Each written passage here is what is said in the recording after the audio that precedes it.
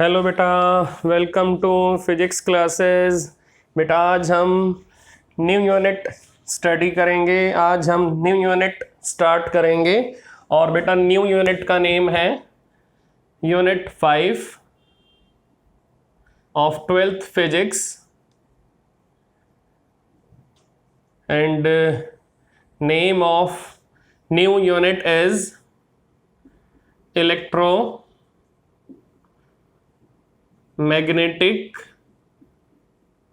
Wave. तो बेटा आज हम स्टडी करेंगे इलेक्ट्रोमैग्नेटिक वेव को। आज हम किस पे फोकस करने वाले हैं? इलेक्ट्रोमैग्नेटिक वेव पर। तो आज हमारा प्राइम फोकस किसके ऊपर होगा? आज हमारा प्राइम फोकस होगा इलेक्ट्रोमैग्नेटिक वेव के ऊपर। तो बेटा सबसे पहले आपको मैग्नेटिक इफेक्ट ऑफ करंट में ओरेस्टेड एक्सपेरिमेंट के अंदर एविडेंस मिला। ओरेस्टेड एक्सपेरिमेंट के अंदर आपको एविडेंस मिला कि करंट कैरिंग वायर के अराउंड आपको मैग्नेटिक फील्ड मिलेगी और जिसकी वजह से मैग्नेटिक निडल में रोटेशन आएगी। जिसकी वजह से मैग्नेटिक निडल में रोटेशन आएगी। सो this is magnetic effect of current.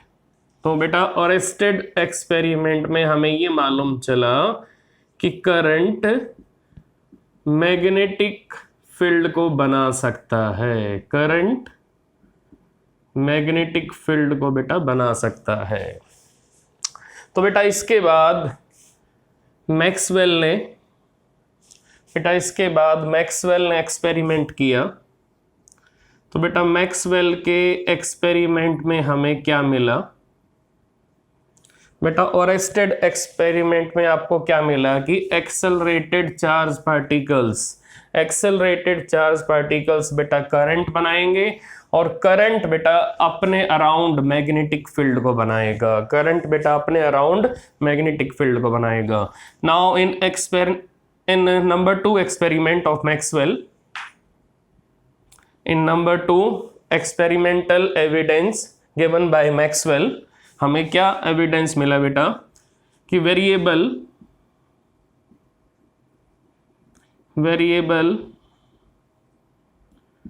Electric field आपकी मैग्नेटिक फील्ड बना सकती है। वेरिएबल इलेक्ट्रिक फील्ड आपकी मैग्नेटिक फील्ड को बेटा प्रोड्यूस कर सकती है। तो बेटा यहां पर मैक्सवेल के एक्सपेरिमेंट ने एम्पियर्स सर्किटल लॉ को मॉडिफाई किया। Modified ampere circuital law modified by Maxwell.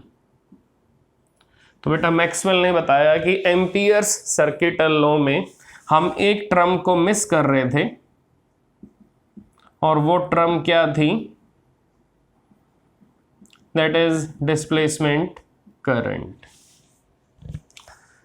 तो बेटा मैक्सवेल ने जो एक्सपेरिमेंट किया तो उस एक्सपेरिमेंट में मैक्सवेल को कंक्लूजन ये मिला कि जहां भी इलेक्ट्रिक फील्ड आपकी वेरिएबल होगी, जहां भी इलेक्ट्रिक फील्ड में मल्टीपल वैल्यूज होंगी, वहां पर बेटा मैग्नेटिक फील्ड बनेगी।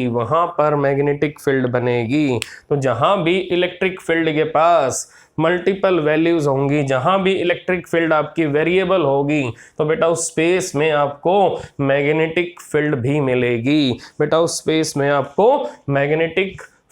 मिलेगी। तो बेटा एम्पियर सर्किटल लॉ को मैक्सवेल ने मॉडिफाई किया और मैक्सवेल ने जब एम्पियर सर्किटल लॉ को मॉडिफाई किया तो मैक्सवेल ने ये बताया कि यहाँ जो मैग्नेटिक फील्ड आपको मिलेगी वो दो टाइप के करंट से मिलेगी। नंबर 1 करंट कौन सा होगा, दैट इज कंडक्शन करंट, और नंबर 2 करंट कौन सा होगा, that is displacement current, that is displacement current. तो बेटा ये दोनों करंट आपके एक ही टाइम पर जीरो होंगे और एक ही टाइम पर बेटा प्रेजेंट होंगे। तो बेटा यहाँ पर मैक्सवेल एक्सपेरिमेंट ने हमें एक नया कंक्लूजन दिया कि वेरिएबल इलेक्ट्रिक फील्ड आपकी मैग्नेटिक फील्ड को प्रोड्यूस कर सकती है। तो बेटा फिर इसके बाद मैक्सवेल ने मल्टीपल एक्सपेरिमेंट्स किए और फिर इसने मल्टीपल इक्वेशंस को प्रोड्यूस किया। तो बेटा मैक्सवेल ने मल्टीपल एक्सपेरिमेंट किए और इसने मल्टीपल इक्वेशंस को प्रेजेंट किया। Maxwell gave us multiple equations for electrical and magnetic interaction, for electrical and magnetic interaction। तो बेटा इलेक्ट्रिकल और मैग्नेटिक इंटरेक्शन को एक्सप्लेन करने के लिए मैक्सवेल ने हमें मल्टीपल इक्वेशंस दी हैं बेटा। अब बेटा वो मल्टीपल इक्वेशंस क्या क्या हैं? नंबर 1 इक्वेशन है आपकी E dot D S equal to Q upon epsilon not. Number 2 equation है B dot D S equal to 0। Number 3 equation है E dot D L equal to minus D by D T of B dot D S. तो आप check कर सकते हो बेटा, आप check कर सकते हो बेटा यहाँ पर E डॉट डी एल का मीनिंग क्या है? Line integral of electric field intensity. तो बेटा E डॉट डी एल का मीनिंग है line integral of electric field intensity. और बेटा लाइन इंटीग्रल हमेशा इलेक्ट्रिक फील्ड का हमें क्या देगा? That is potential difference. Potential difference किसके इक्वल है? Minus D by D T. बेटा बी डॉट डी एस, बेटा बी डॉट डी एस ये फार्मूला है मैग्नेटिक फ्लक्स का, ये फार्मूला है मैग्नेटिक फ्लक्स का। तो बेटा अगर यहाँ पर आप बी डॉट डी एस को इंटीग्रेशन के अंदर रखोगे तो बेटा यहाँ पर टोटल फ्लक्स आपका फाई आ जाएगा। ये आपका EMI का बेटा, ये आपका EMI का सेकेंड लॉ है गिवन बाय फैराडे। तो बेटा this is Faraday's second law of electromagnetic induction. तो बेटा आप चेक करो नंबर 1 इक्वेशन में आपको इलेक्ट्रिकल इंटरेक्शन मिलेगी। नंबर 2 में आपको मैग्नेटिक पार्ट मिलेगा। नंबर 3 में आपको लाइन इंटीग्रल मिलेगा किसका? इलेक्ट्रिक फील्ड का। किसके ऊपर? क्लोज्ड सरफेस के ऊपर। किसके ऊपर? क्लोज्ड सरफेस के ऊपर। तो बेटा that is equal to minus D by D T of surface integral of magnetic field, that is surface integral of magnetic field. आप चेक कर सकते हो बेटा यहाँ पर आप चेक कर सकते हो minus D by D T that is of B dot D S. बेटा बी डॉट डी एस का मीनिंग है that is magnetic flux, that is magnetic flux. तो आप चेक कर सकते हो बी डॉट डी एस का मीनिंग है बेटा मैग्नेटिक फ्लक्स। तो बेटा मैग्नेटिक फ्लक्स का मीनिंग है बेटा number of magnetic field of lines, number of magnetic field of lines passing through particular area. तो बेटा ये आपको क्लियरली मेंशन है कि इलेक्ट्रिकल इंटरेक्शन कहाँ पर है और मैग्नेटिक इंटरेक्शन कहाँ पर है। तो बेटा ये आपको क्लियरली मालूम है कि इलेक्ट्रिकल इंटरेक्शन कहाँ पर है और मैग्नेटिक इंटरेक्शन कहाँ पर है। तो यहाँ चेक करो, यहाँ पर आपको लाइन इंटीग्रल मिला है किसका, इलेक्ट्रिक फील्ड का, over conducting close path, over conducting closed path. तो बेटा यहाँ पर जो आपको इंड्यूस्ड ईएमएफ मिलेगी वो किसके अंदर मिलेगी, क्लोज्ड कंडक्टिंग पाथ के अंदर मिलेगी। तो हमें इलेक्ट्रिक फील्ड का लाइन इंटीग्रल किस पे लेना पड़ेगा, क्लोज्ड कंडक्टिंग पाथ पर हमें लेना पड़ेगा, और क्लोज्ड कंडक्टिंग लूप की जो लेंथ होगी बेटा उस पे हमें लाइन इंटीग्रल लेना पड़ेगा। तो बेटा ये आपको मिलेगा EMI के सेकंड लॉ में, जहां आपको इंड्यूस्ड EMF का फार्मूला मिलेगा, और इंड्यूस्ड EMF का फार्मूला किसके इक्वल होगा, that is minus d/dt of magnetic flux, minus d/dt of magnetic flux. अब बेटा इक्वेशन नंबर 1 आपकी गॉस थ्योरम की इक्वेशन है, दिस इज गॉस थ्योरम। अब बेटा B.ds, बेटा B.ds ओवर क्लोज्ड सरफेस, बेटा B.ds ओवर क्लोज्ड सरफेस। तो बेटा ये आपकी गॉस थ्योरम है मैग्नेटोस्टैटिक्स में। Now it is Gauss theorem in magnetostatics. और बेटा आपको मालूम है मोनोपोल डज नॉट एग्जिस्ट, बेटा सिंगल पोल कभी एग्जिस्ट नहीं करते।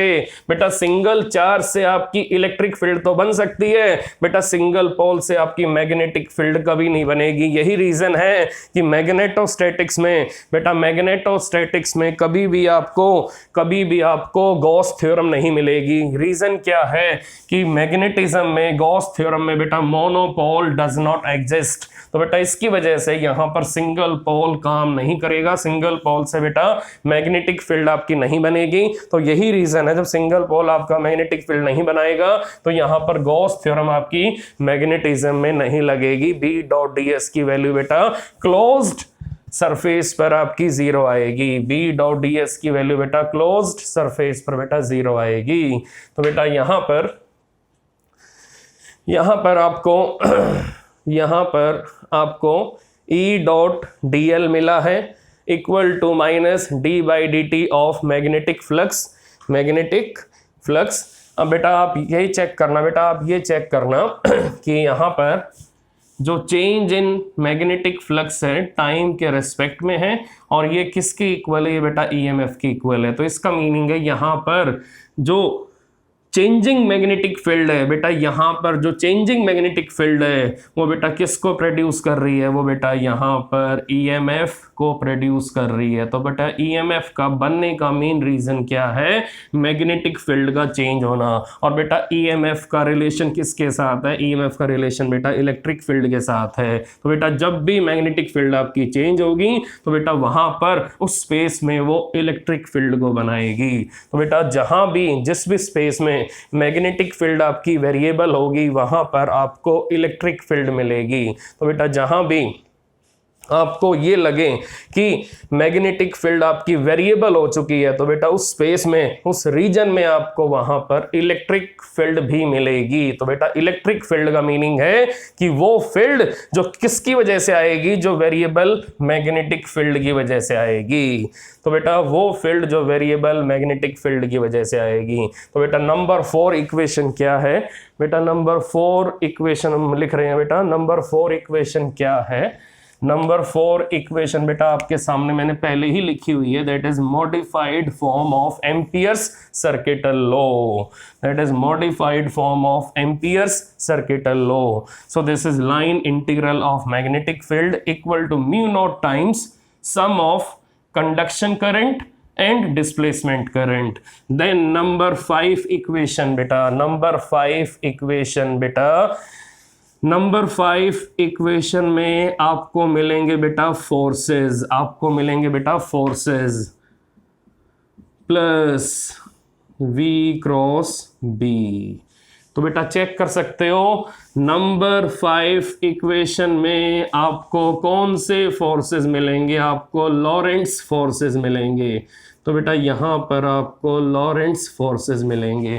तो बेटा मैक्सवेल ने जो मल्टीपल एक्सपेरिमेंट किए, उन मल्टीपल एक्सपेरिमेंट्स के जो उसको कंक्लूजन मिले बेटा, उन कंक्लूजन से उसने इन 5 इक्वेशंस को फ्रेम किया, और इन 5 इक्वेशन से उसने मल्टीपल एविडेंसेस को, मल्टीपल एविडेंसेस को बेटा हमारे सामने रखा। तो बेटा इन इक्वेशंस के पीछे मैक्सवेल के बेटा मल्टीपल एक्सपेरिमेंट्स हैं और उन एक्सपेरिमेंट्स का कंक्लूजन आपको इन इक्वेशंस में विजिबल हो रहा है। तो आप चेक कर सकते हो, नंबर 1 इक्वेशन में आपको गॉस थ्योरम विजिबल हुई, नंबर 2 इक्वेशन में आपको ये मालूम चला गॉस थ्योरम आपकी मैग्नेटोस्टैटिक्स में नहीं लगेगी, और नंबर 3 इक्वेशन में आपको मालूम चला कि मैग्नेटिक फ्लक्स अगर कहीं वेरी करेगा, कहीं वेरिएबल होगा, तो बेटा वहां पर वो इंड्यूस्ड ईएमएफ बनाएगा किसके अंदर, कंडक्टिंग सर्किट के अंदर, कंडक्टिंग लूप के अंदर। और बेटा इंड्यूस्ड ईएमएफ का लिंक किसके साथ है, इलेक्ट्रिक फील्ड के लाइन इंटीग्रल के साथ है।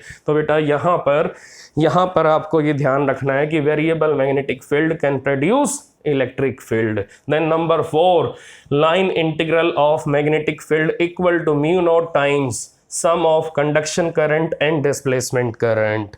तो बेटा इतने एविडेंस मिलने के बाद बेटा Maxwell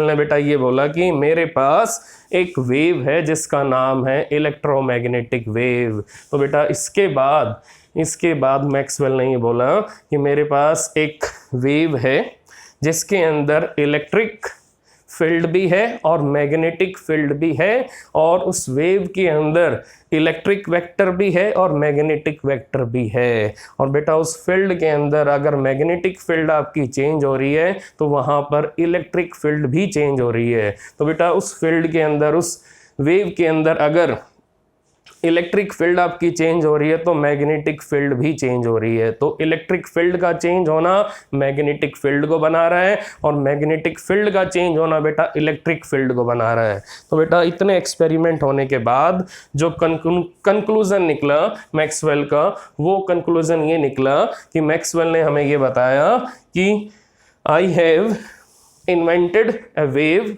named as electromagnetic wave। तो बेटा आप पहले इन इक्वेशंस को लिख सकते हो, नोट कर सकते हो। तो आप जल्दी से पहले इन इक्वेशंस को नोट कर लो, फिर मैं आपको आगे डिस्कस करके बताऊंगा कि मैक्सवेल का एक्सपेरिमेंट कैसे सक्सेसफुल हो पाया था। तो बेटा अब आगे मैं आपको बताऊंगा कि मैक्सवेल का एक्सपेरिमेंट सक्सेसफुल कैसे हो पाया था बेटा। तो इक्वेशंस आपने नोट कर ली हैं। तो बेटा अब चेक करते हैं मैक्सवेल ने एक्सपेरिमेंट क्या किया था। बेटा मैक्सवेल ने एक्सपेरिमेंट क्या किया था, अभी चेक करते हैं। बेटा मैक्सवेल ने एक्सपेरिमेंट क्या किया था जिससे उसको मालूम चला कि वेरिएबल इलेक्ट्रिक फील्ड आपकी मैग्नेटिक फील्ड को बना सकती है, और वेरिएबल मैग्नेटिक फील्ड आपकी इलेक्ट्रिक फील्ड को बना सकती है, और वेरिएबल इलेक्ट्रिक फील्ड आपकी मैग्नेटिक फील्ड को बना सकती है। दोनों प्रोसेस में बेटा सिमेट्री है। अभी चेक करते हैं। तो बेटा मैक्सवेल ने जो एक्सपेरिमेंट किया था, Maxwell experiment for production of magnetic field by variable electric field। बेटा मैक्सवेल ने क्या एक्सपेरिमेंट किया था, अभी चेक करते हैं। मैक्सवेल ने बेटा एक कैपेसिटर को लिया और कैपेसिटर को चार्ज करना स्टार्ट कर दिया। तो बेटा जैसे कैपेसिटर आपका चार्ज होगा तो बेटा कंडक्टिंग प्लेट्स पर चार्ज की बेटा एंट्री होना स्टार्ट हो जाएगी। चार्ज बेटा इस टाइप से इंक्रीज होना स्टार्ट कर देगा। तो अब चेक करो बेटा, जब कैपेसिटर आपका चार्ज होगा तो बेटा उस केस में क्या होगा, एक प्लेट पे चार्ज पॉजिटिव आएगा, एक प्लेट पे चार्ज नेगेटिव आएगा। तो चेक करो इलेक्ट्रिक फील्ड ऑफ लाइंस बेटा कैसे मूव करेंगी, पॉजिटिव टू नेगेटिव। आप चेक कर सकते हो इलेक्ट्रिक फील्ड ऑफ लाइंस बेटा कैसे मूव करेंगी, positive to negative. Positive to negative आप चेक कर सकते हो। तो आप यहाँ पर इस टाइप से 2 प्लस साइन लगा सकते हो। अब तो क्लियर है बेटा, पॉजिटिव से नेगेटिव, पॉजिटिव से नेगेटिव। तो बेटा जब कैपेसिटर आपका चार्ज होगा तो एक प्लेट पे चार्ज पॉजिटिव होगा, एक प्लेट पे चार्ज नेगेटिव होगा। तो बेटा चार्जिंग के टाइम पे आपके चार्जेस यहाँ पर स्टोर होने लगेंगे। तो बेटा चार्जिंग के टाइम पर आपके चार्जेस यहाँ पर स्टोर होने लगेंगे, तो चार्जेस का अमाउंट यहाँ पर बेटा इंक्रीज होगा। तो बेटा चार्जेस का अमाउंट यहाँ पर इंक्रीज होगा। तो बेटा अगर यहाँ पर चार्जेस इंक्रीज होंगे तो बेटा चेक करो, यहाँ पर आपको मिलेगी वेरिएबल, यहाँ पर आपको मिलेगी variable electric field of lines. तो बेटा टाइम के साथ साथ इलेक्ट्रिक फील्ड ऑफ लाइंस आपकी इंक्रीज हो रही हैं। तो बेटा इलेक्ट्रिक फील्ड ऑफ लाइंस का नेचर कैसा है, यहाँ पर वेरिएबल है। तो बेटा इसी मोमेंट पर मैक्सवेल ने क्या किया, मैक्सवेल ने यहाँ पर 2 मैग्नेटिक निडल को रख के देखा। तो बेटा एक निडल को यहाँ रखा और बेटा एक निडल को रखा between the plates of capacitor, between parallel plates of capacitor. तो बेटा दोनों निडल्स में मैक्सवेल को रोटेशन मिली। तो बेटा दोनों निडल में मैक्सवेल को रोटेशन मिली। तो बेटा यहाँ तो निडल में रोटेशन का मेन रीजन क्या था, लाइव करंट। तो बेटा यहाँ पर नंबर 1 निडल में बेटा रोटेशन का मेन रीजन क्या था, लाइव करंट। बेटा लाइव करंट का मीनिंग कंडक्शन करंट। तो बेटा यहाँ पर रोटेशन का रीजन क्या होगा, यहाँ पर between the parallel plates of capacitor, यहाँ पर निडल का रोटेशन का मेन रीजन क्या हो सकता है बेटा। तो यहाँ पर मैक्सवेल ने फाइंड आउट किया कि यहाँ पर डिस्प्लेसमेंट ऑफ चार्जेस की वजह से, यहाँ पर variable electric field of lines की वजह से यहाँ पर एक फिक्टिशियस इमेजिनरी करंट बनेगा जिसका नेम होगा डिस्प्लेसमेंट करंट, तो बेटा यहाँ तो कंडक्शन करंट है, तो यहाँ हमें क्या मिलेगा, डिस्प्लेसमेंट करंट। और बेटा यहाँ पर जो मैग्नेटिक एटमॉस्फेयर बनेगा उसका मेन रीजन क्या होगा, that is variable electric field of lines. तो बेटा जैसे कैपेसिटर आपका फुल्ली चार्ज हो जाएगा तो बेटा उसके बाद यहाँ पर निडल में रोटेशन आपको नहीं मिलेगी बेटा, ना तो यहाँ मिलेगी रोटेशन, ना रोटेशन आपको यहाँ मिलेगी। तो बेटा इसका मीनिंग है जब तक फिजिकल वायर में लाइव करंट रहेगा तो बेटा यहाँ पर प्लेट्स के बीच में डिस्प्लेसमेंट करंट भी रहेगा, और जब ये लाइव करंट बेटा यहाँ पर डिसअपीयर हो जाएगा तो बेटा यहाँ से डिस्प्लेसमेंट करंट भी डिसअपीयर हो जाएगा। तो इसका meaning whenever IC becomes zero on the same moment ID becomes zero, whenever IC equal to maximum then at the same moment ID equal to maximum। तो बेटा ये आपको ध्यान रखना है, जिस मोमेंट पर आपका IC होगा उसी मोमेंट पर आपको ID भी मिलेगा। तो बेटा अगर IC 0 है तो आपको ID भी 0 मिलेगा। तो बेटा यहाँ पर एक इमेजिनरी करंट डिस्कवर किया मैक्सवेल ने, यहाँ पर एक फिक्टिशियस करंट को डिस्कवर किया मैक्सवेल ने, और जिसका नाम रखा डिस्प्लेसमेंट करंट। और बेटा यहाँ पर फिर एम्पियर सर्किटल लॉ को मॉडिफाई किया और फिर एम्पियर सर्किटल लॉ की स्टेटमेंट को बेटा न्यू फॉर्म में लिखा, और न्यू फॉर्म क्या बनी, that is B.dl equal to mu not IC plus ID। तो बेटा चेक करो यहाँ पर जो आपका डिस्प्लेसमेंट करंट है वो किस पे डिपेंड कर रहा है, वो डिपेंड कर रहा है वेरिएबल इलेक्ट्रिक फ्लक्स पे। तो बेटा यहाँ पर आपको मिलेगा वेरिएबल इलेक्ट्रिक फ्लक्स। तो बेटा वेरिएबल इलेक्ट्रिक फ्लक्स यहाँ पर हमें मैग्नेटिक एटमॉस्फेयर प्रोवाइड कर रहा है। तो चेक करो यहाँ पर वेरिएबल इलेक्ट्रिक फ्लक्स हमें यहाँ पर मैग्नेटिक एटमॉस्फेयर प्रोवाइड करके दे रहा है। इसका मीनिंग यहाँ पर हमें variable electric flux magnetic atmosphere को, मैग्नेटिक एटमॉस्फियर को बना रहा है। तो ये बेटा आप बिल्कुल फिक्स कर लो माइंड में कि यहाँ पर variable electric flux, variable electric field of lines आपको मैग्नेटिक एटमॉस्फियर दे रही हैं। तो बेटा अब यहाँ तक मैक्सवेल को ये आइडिया लग चुका था कि variable electric field of lines जहाँ पर भी होंगी तो वहाँ पर बेटा मैग्नेटिक फील्ड भी होगी, वहाँ पर मैग्नेटिक फील्ड भी प्रोड्यूस हो जाएगी। तो बेटा यहाँ से उसको फुल एक्सपेरिमेंटल एविडेंस मिला। तो बेटा अब उसने ये डिसाइड कर लिया कि अगर वेरिएबल मैग्नेटिक फील्ड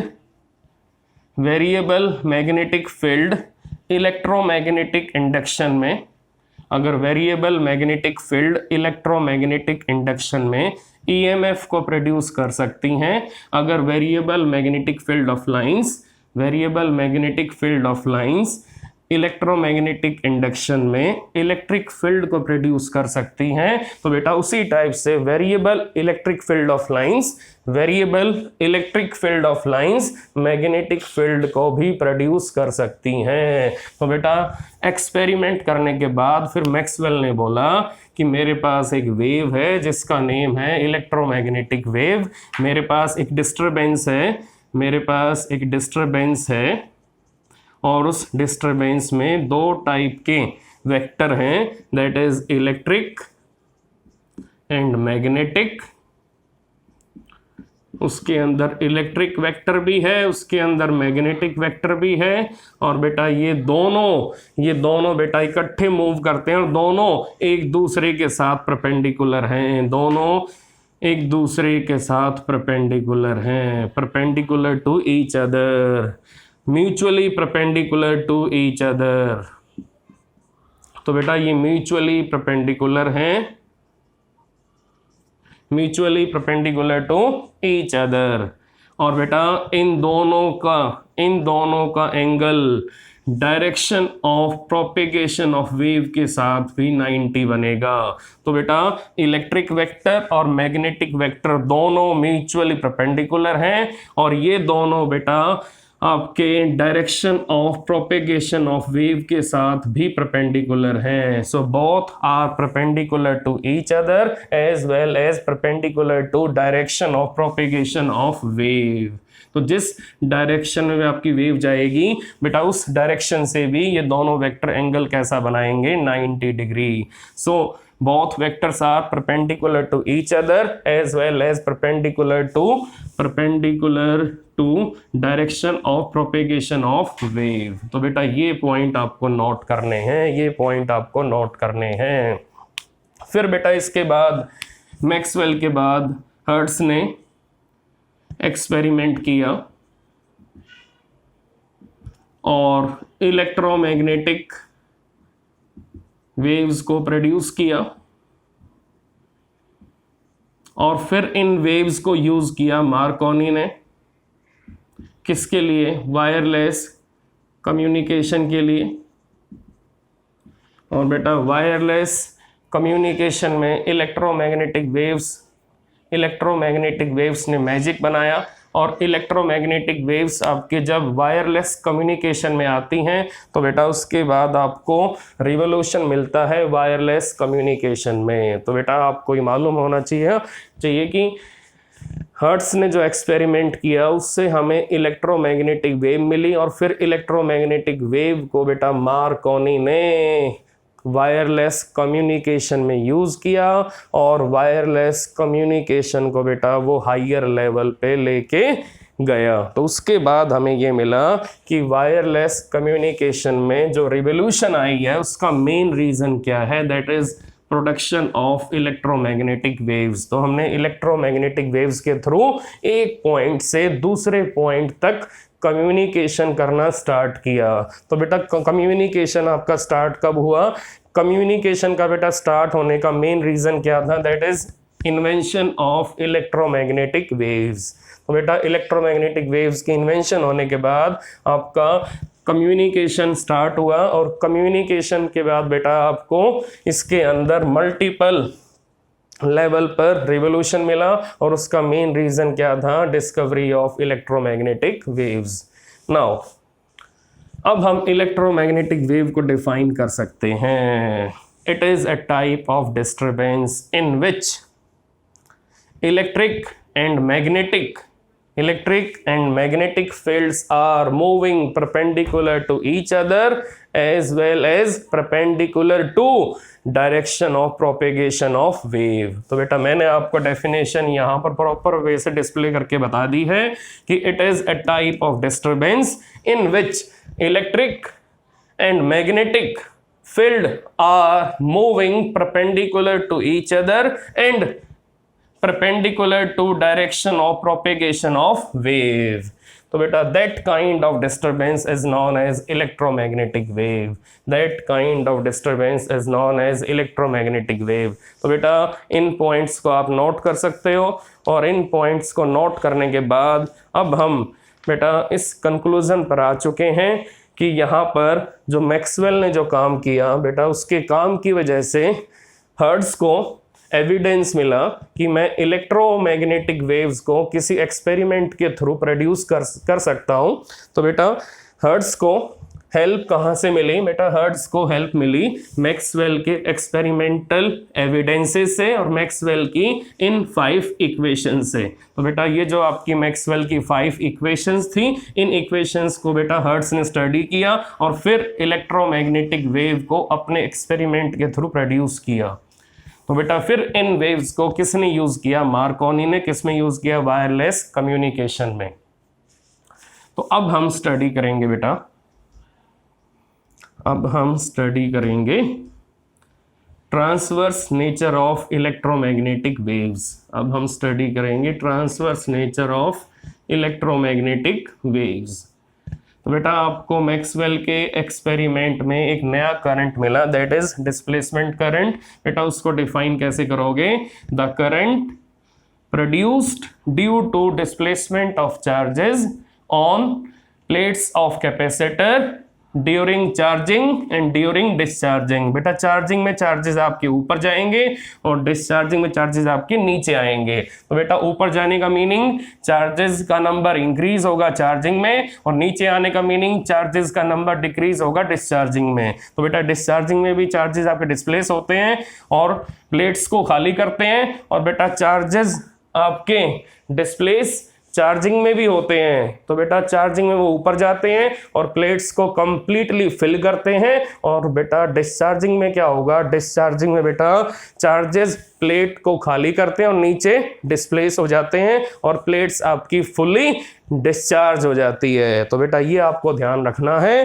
कि डिस्प्लेसमेंट करंट वो करंट है जो कब प्रोड्यूस होता है, जब कोई कैपेसिटर या तो चार्ज होता है या फिर वो डिस्चार्ज होता है। दोनों केसेस में चार्जेस आपके प्लेट्स के ऊपर डिस्प्लेस होते हैं। चार्जिंग में बेटा वो नीचे से ऊपर जाते हैं और डिस्चार्जिंग में बेटा वो ऊपर से नीचे आते हैं, और बेटा डिस्चार्जिंग में प्लेट्स आपकी खाली हो जाती हैं, एम्प्टी हो जाती हैं, और चार्जिंग प्लेट्स आपकी फिल हो जाती हैं पॉजिटिव और नेगेटिव चार्जेस वाले साइन से। तो बेटा अब हमें पढ़ना है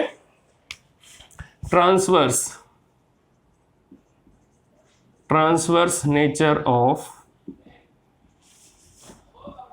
इलेक्ट्रोमैग्नेटिक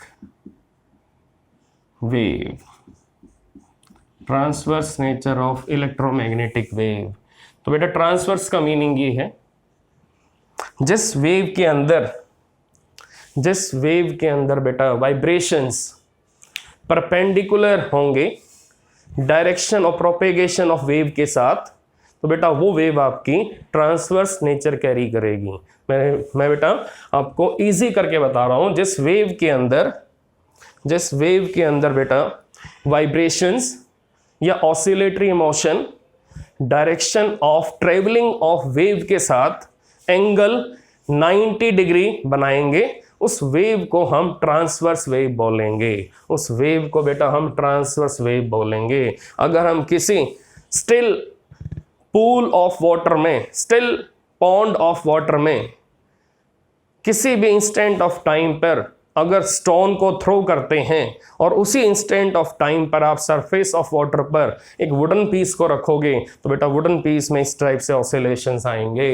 तो आप चेक करो डिस्टरबेंस आपकी कैसे मूव करेगी। डिस्टरबेंस आपकी जिस पॉइंट पर स्टोन आपका लगा है उस पॉइंट से आपकी आउटवर्ड डायरेक्शन में निकलेगी। उस पॉइंट से बेटा आपकी वो डिस्टरबेंस पॉइंट ऑफ इंसिडेंस से कहां पर जाएगी, up to bank of pool of water. तो आप चेक करो कि अगर जो डिस्टरबेंस आपकी सरफेस ऑफ वाटर पर हॉरिजॉन्टली ऐसे मूव करेगी तो बेटा वहां पर जो आपने वुडन पीस रखा है उसके अंदर वाइब्रेशन कैसे मूव कर रहे हैं बेटा, उसके अंदर वाइब्रेशन इस टाइप से मूव कर रहे हैं अप एंड डाउन।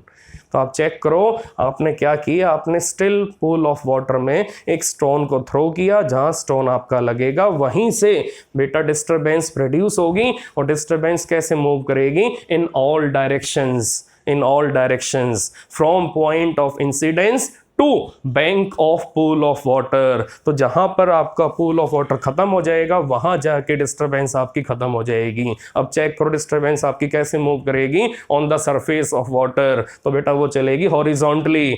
अब बेटा उसके ऊपर वुडन पीस कैसे मूव कर रहा है, वुडन पीस आपका ऐसे ऐसे हिल रहा है। तो बेटा अगर ऐसे ऐसे वुडन पीस आपका हिलेगा तो इसका मीनिंग वुडन पीस के अंदर जो वाइब्रेशंस है वो बेटा कितना एंगल बना रहे हैं, direction of travelling of disturbance के साथ, that angle is 90 degree, that angle is 90 degree. तो हम यहां पर बोलेंगे disturbance in water in pool of water is transverse in nature. तो बेटा इसी टाइप से आप किसी भी स्ट्रिंग को अगर एक एंड से फिक्स कर दोगे, दूसरा एंड अपने पास रखोगे और स्ट्रिंग को ऐसे अप एंड डाउन प्लग करोगे तो बेटा स्ट्रिंग के अंदर जो डिस्टरबेंस बनेगी उसके अंदर वाइब्रेशंस कैसे होंगे, perpendicular to direction of propagation of wave. तो बेटा वेव कैसे चलेगी, स्ट्रिंग का एक एंड बेटा फिक्स है बॉल पे और एक एंड आपने ऐसे होल्ड कर रखा है। स्ट्रिंग को अगर ऐसे प्लग करोगे कहां से, फ्री एंड से, तो बेटा स्ट्रिंग के अंदर क्रेस्ट और ट्रफ बनेगी। अब बेटा क्रेस्ट और ट्रफ कैसे मूव कर रही है,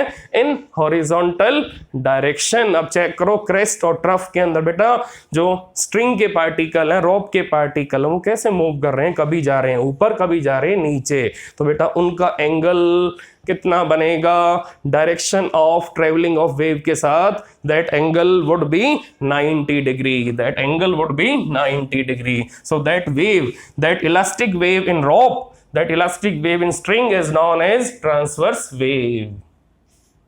तो अब हमें प्रूव करना है कि इलेक्ट्रोमैग्नेटिक वेव आपकी ट्रांसवर्स वेव है। तो बेटा मैक्सवेल को कंप्लीटली एविडेंस मिला after discovery of 5 mathematical equations कि उसने इलेक्ट्रोमैग्नेटिक वेव को बना लिया है, इलेक्ट्रोमैग्नेटिक वेव को उसने सर्च कर लिया है और उसको ये भी मालूम चला कि इस इलेक्ट्रोमैग्नेटिक वेव की जो स्पीड है वैक्यूम में वो किसके आसपास है, वो स्पीड ऑफ लाइट के आसपास है। तो यहीं से उसको ये आइडिया मिला मैक्सवेल को कि इलेक्ट्रोमैग्नेटिक वेव की स्पीड अगर लाइट की स्पीड के आसपास है तो जो स्पीड ऑफ लाइट है वो बिल्कुल किसके इक्वल आ जाएगी, that is equal to speed of electromagnetic wave in vacuum.